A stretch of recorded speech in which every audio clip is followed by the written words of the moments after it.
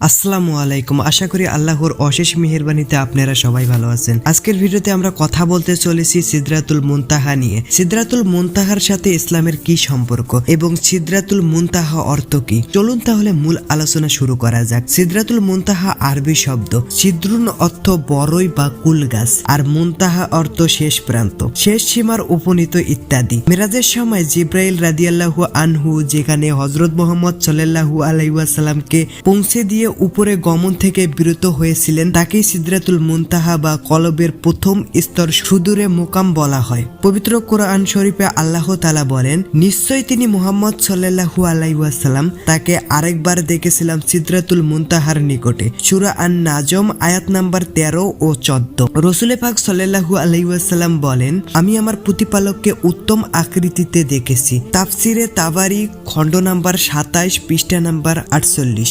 অতঃপর আমি সিদরাতুল মুনতাহার নিকট উপনীত হলাম। উহার এক একটা কুল হজম অঞ্চলের তৈরি মটকার ন্যায়, আর পাতা হাতির কানের ন্যায়।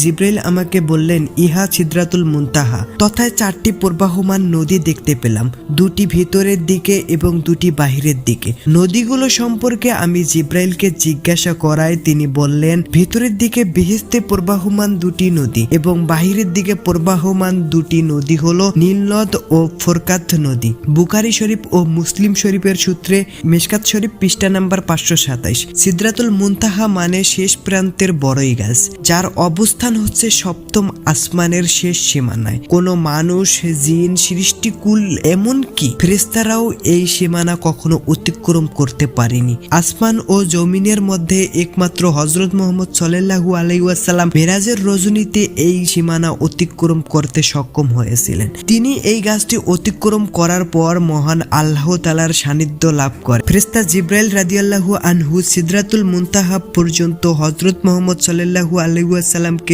পৌঁছে দেওয়ার পর তিনি আর সামনের দিকে যাওয়ার অনুমতি পাননি। সিদরাতুল মুনতাহার পাশেই জান্নাতুল মাওয়া অবস্থিত আছে। উল্লেখ করা ভালো, ইমানদারদের জন্য বরাদ্দ করা 8টি জান্নাতের মধ্যে অন্যতম একটি জান্নাত হলো জান্নাতুল মাওয়া। সিদরাতুল মুনতাহা অর্থাৎ কুল বৃক্ষের মূল শিকড় 6ষ্ঠ আসমানে অবস্থিত এবং এর শাখা প্রশাখাগুলো 7ম আসমান পর্যন্ত বিস্তৃত লাভ করেছে। এই গাছটির পাতা ও ফুল অত্যন্ত বড় বড়। আব্দুল্লাহ রাদিয়াল্লাহু থেকে বর্ণিত, রাসূল সাল্লাল্লাহু আলাইহি ওয়াসাল্লামকে মিরাজের রজনীতে সিদরাতুল মুনতাহা পর্যন্ত নিয়ে যাওয়া হলো। এটি 6ষ্ঠ আসমানে অবস্থিত।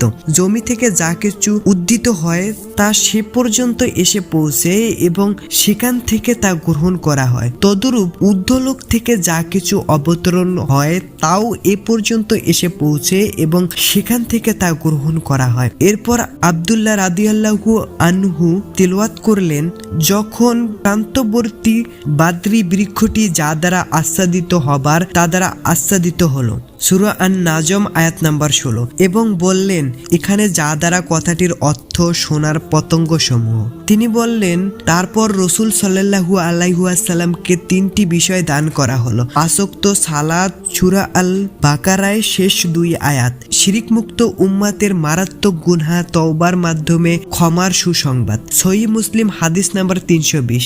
এ হাদিস দ্বারা বোঝা যায় আল্লাহ তাআলার সকল হুকুম প্রথমে সিদরাতুল মুনতাহায় নাজিল করা হয়, তারপর এটা ফেরেশতাগণের মাঝে ছড়িয়ে পড়ে এবং জমিন থেকে যা কিছু আসে তা সিদরাতুল মুনতাহা পর্যন্ত এসে পৌঁছে। তারপর বিভিন্ন পন্থায় সেগুলো আল্লাহ তাআলার কাছে পেশ করা হয় এবং মারাত্মক গুনাহ ক্ষমার অর্থ, এ উম্মার যে ব্যক্তি শিরিক মুক্ত অবস্থায় মারা যাবে সে চিরস্থায়ী জাহান্নামে থাকবে না, বরং আল্লাহ তাকে যখনই হোক ক্ষমা করে দিবেন। হে আল্লাহ, তোমার খাস রহমতে শিরিক হতে আমাদের বাঁচিয়ে রেখো এবং তৌহিদের উপর যেন আমাদের সমাপ্ত হয় এ প্রার্থনা করি। তো আজকের ভিডিওটি এই পর্যন্ত। আমাদের ভিডিওটি ভালো লেগে থাকলে অবশ্যই লাইকটি দিয়ে দেবেন এবং এর পরবর্তীতে কি বিষয়ে ভিডিও চান সেটি অবশ্যই কমেন্ট বক্সে জানিয়ে দেবেন। এবং আপনারা যারা যারা এরকম ভিডিও দেখতে ভালোবাসেন তারা অবশ্যই আমাদের চ্যানেলটি সাবস্ক্রাইব করে আমাদের পাশেই থাকবেন। তো দেখা হবে নতুন আরেকটি ভিডিওতে। সেই পর্যন্ত